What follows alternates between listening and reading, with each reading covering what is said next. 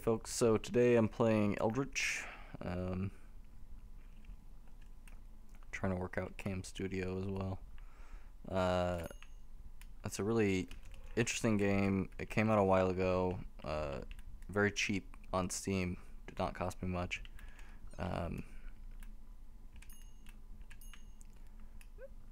It's one of those games that it's you know, if you had to kind of pin it to a genre, it's a horror, it's like a horror first-person roguelike. This is all to pin it into a genre that you know, sometimes it obeys and sometimes it doesn't. Sometimes it's too silly, really, to be a horror game. You do stuff that's a little too stupid. That's creepy. You know, and other times you're screaming and it's earning its name. All the levels are randomly generated, and so, you know, I've played this asylum level a couple different times, and it's always completely different. Really kind of gives you that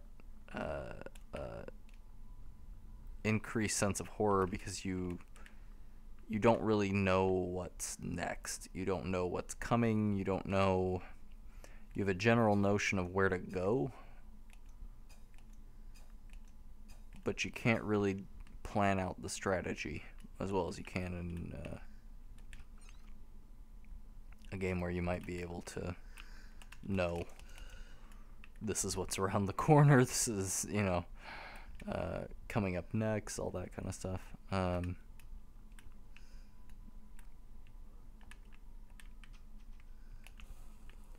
This also goes without saying just how creepy some of the sound design is.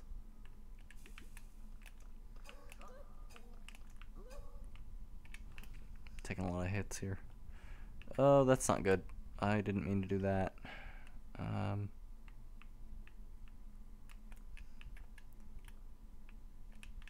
Oh, good. Stealth boots are fun. Had those before. It's also one of those games, you know, given the graphics, given the presentation of it, the audio really wins out over the graphics. And the graphics are not really necessarily older, just not as high end. I died from something. Not sure what I died from that time. The graphics are just not that high end. The result of this actually is that I really like this game, specifically for the reason that it's not graphically demanding. I'm playing it. Good freaking grief, that was creepy.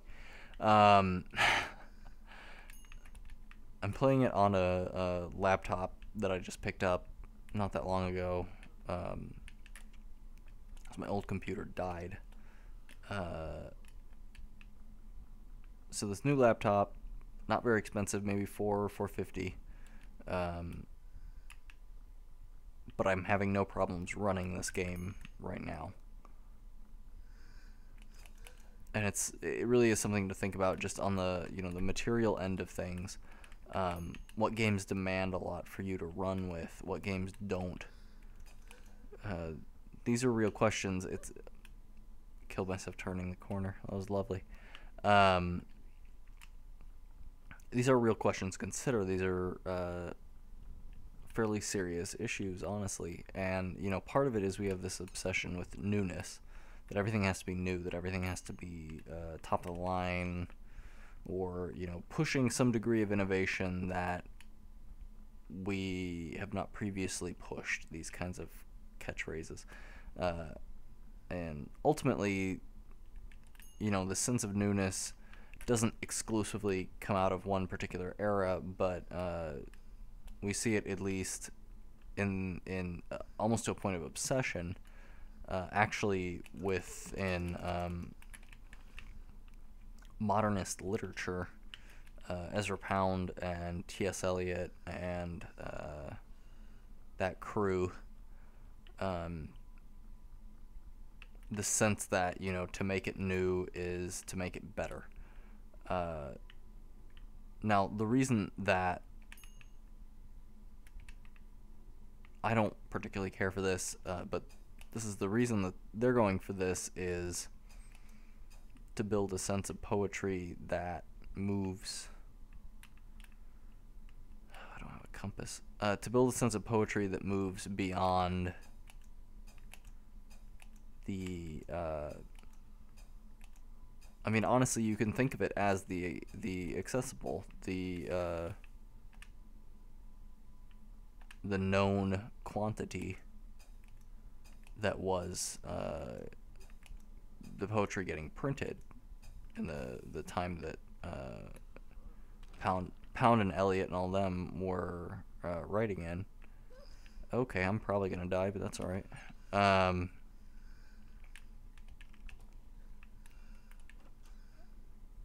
The poetry at that time getting printed is well, I don't quite know how to describe it. Not great. It's not that interesting, to be honest. And a lot of it kind of rehashes. There's some stuff the people who called it older forms. Robertson Jeffers actually got left behind a lot out of that group. But the point is, you know, the Make It New stuck when Pound stuck, when Eliot stuck, when these people formed our modern poetry canon in America. And then that influence, you know, to everywhere else in the world obviously passes on, and as well the American cultural obsessions kind of pass on. That's just the model of the 20th century. I'm not gonna make it this time. The point is that we see this, you know, moving. We see it going through the paces, and so, you know, you see everything coming out first as some kind of radical new, yeah, this is the way it's got to be, this is what's exciting, all this kind of stuff. Well, the idea that, you know, we should be obsessed with newness, with innovation, with all this stuff, that's not radical anymore. You know, there's nothing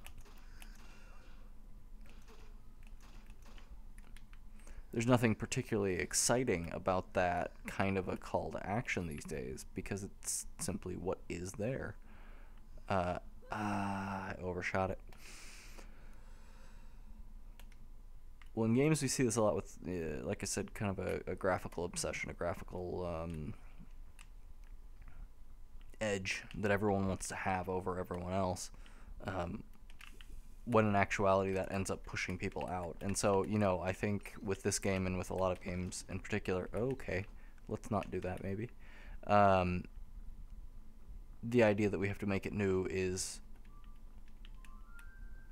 it's not only a question on graphics of do we make it new, but it also then becomes a question, you know, in this case, the gameplay on this isn't new either. It's just a conglomeration of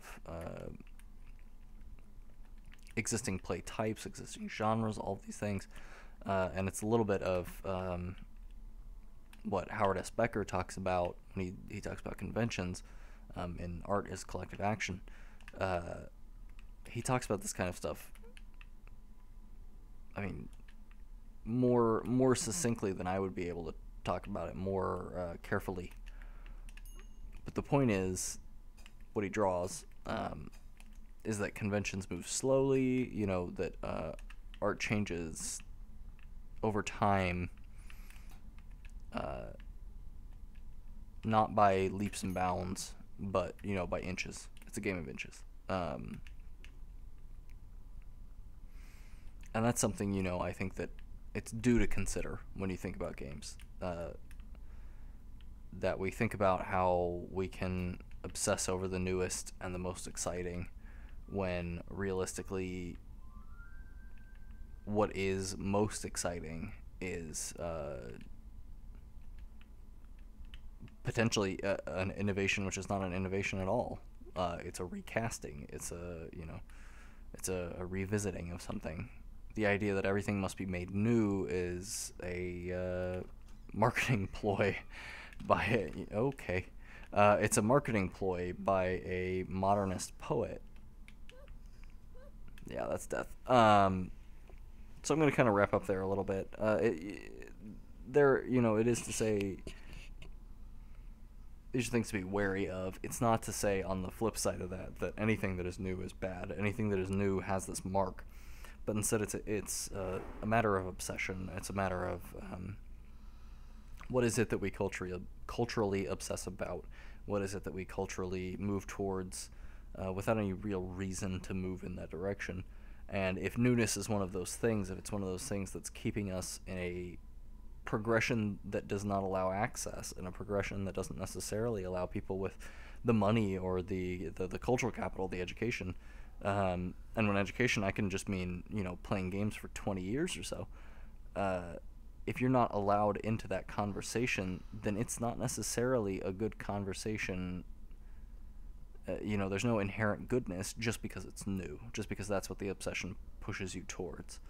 There's got to be a deeper reason to these kinds of things, and there's got to be a deeper answering and a criticism and a critique of those kinds of things. So I'm going to wrap up there. Got a little heady on Eldritch, but this really is a great game. It's a lot of fun. It's got a really good horror vibe to it. Very good if you're good at or scared of jump scares. It's very good for that. And it's a lot of fun. So I'm going to wrap up there, and yeah, that's about all I got. All right.